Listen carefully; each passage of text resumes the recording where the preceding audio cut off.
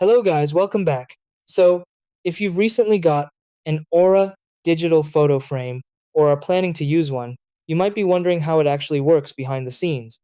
Unlike traditional photo frames, Aura frames don't just display printed pictures, they connect to the internet and continuously update with new photos sent from your phone. This makes them perfect for sharing memories instantly with family and friends, no matter where they are. However, if you're new to this type of device, the setup and working process can feel a bit confusing at first. Once you know how it works, it becomes a seamless and enjoyable experience.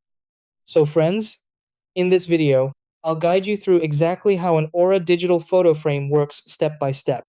Try these. Step 1. Plug in the Aura frame and power it on. Step 2. Connect the frame to your Wi-Fi network. Step 3. Download and open the Aura app on your phone. Step 4. Link the app with your frame using setup instructions. Step 5. Upload photos from your phone to the frame. Step 6. Watch your photos display automatically on the frame.